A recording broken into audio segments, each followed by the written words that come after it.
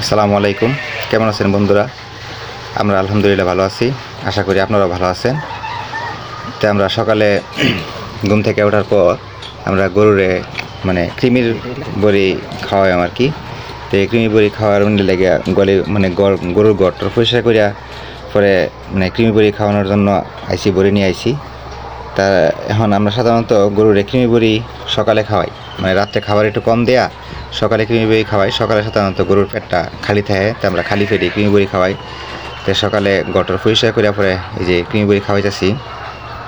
তো এটারে মোটামুটি একটু সহজেই কৃমি বড়িটা খাওয়ানো গেছে। তো আমি মুহে দিছি, মুহে দেওয়ার পরে আবার এই যে জিবাদে করে করে আবার ফালাই দিছে। তো আমরা বড়ি সরাসরি মুহের মধ্যে দিয়ে দিই, এইভাবে কৃমি বড়ি খাওয়াই। তার কারণ রইল যে কৃমি বড়ি গুঁড়া করে পানির মধ্যে দিতে গেলে অনেক সময় শ্বাসনালীতে গরুর উঠতে যায়, একটা রিস্ক থাকে। তো এই জন্য আমরা কৃমি বড়ি এইভাবে খাওয়াই মুখের মধ্যে দিয়া। তো একবার খাওয়ানোর পর আবার যখন ফালাই দিছে, তো তখন একটু টেরন হয়ে গেছে, তখন একটু অত্যাচার করতেছে। মুসাকে খাওয়াই এহারও পাইতেছে না, দরও পাইতেছে না। তাই আমি বললাম যে মুসাক তুমি এহারও, আমি দড়ি তুমি খাওয়াই দাও। আচ্ছা যাই হোক, তারপরে এটা খাওয়াইছি। তো যখন এটা খাওয়াই বেড়াইছি তখন ইতিহাস হয়ে গেছে।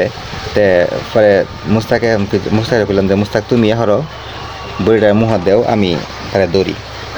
কারণ তারে দরবার যাইয়া কোনো বাই তারে দৌড়ন জানা, মুখে উপরের দিকে উড়াই না, কোনো বাই উড়া না। যে দেখান অবস্থাটা কী করতেছে কোনো বাই, এই যে তারে আতাইতাছি হাঁটতাছি, কোনো বাই মুখ উপরের দিকে উড়াই না।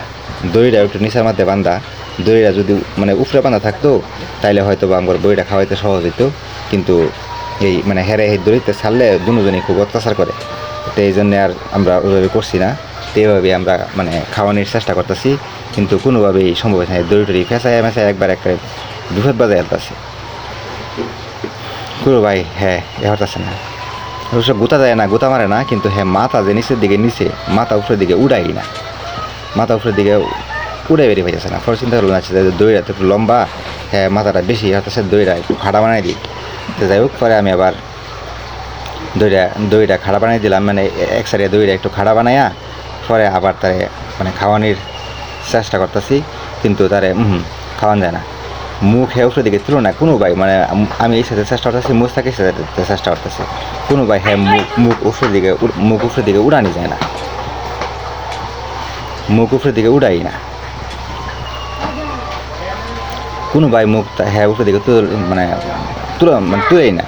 পরে চিন্তা করলাম খারো এইভাবে কাম হইতো না। পরে লেন্ডি গাছাটা মাইরা পরে তারে ধরলাম। তার একটু কষ্ট হয়েছে, এই যে সিঙ্গা আমাদের দড়ি টড়ি ফেঁসাইয়া কেড়ে হতাছে।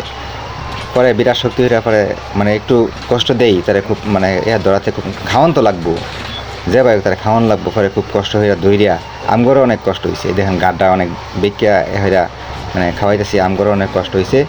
তারপরে যে দিলাম, মুস্তাকে দিছে, মুস্তাকে দেওয়ার পরে সে কিছুক্ষণ রাখার পরে আবার ছাড়ছি, কিরম দুঃখ করা লাগে। পরে আবার ফালাই দিছে, কী করা, খাওয়ান তো লাগবো। আচ্ছা, পরে আবার ধরছি, পরে আবার দইরিয়া আবার মুহ দিছি। যাই হোক, গরুরা একটু কষ্ট দিছি। আচ্ছা, আল্লাহ মাফ করুক। আমগরও কষ্ট হয়েছে, আমগর দেখা সহজ হয়েছে না। ভিডিওটা তো অল্প, আপনাদের কাছে ভিডিওটা অল্প এই জন্যে, কিন্তু তারা অনেকক্ষণ পরিশ্রম করা লাগছে, ভিডিওটা কাটে করা হয়েছে।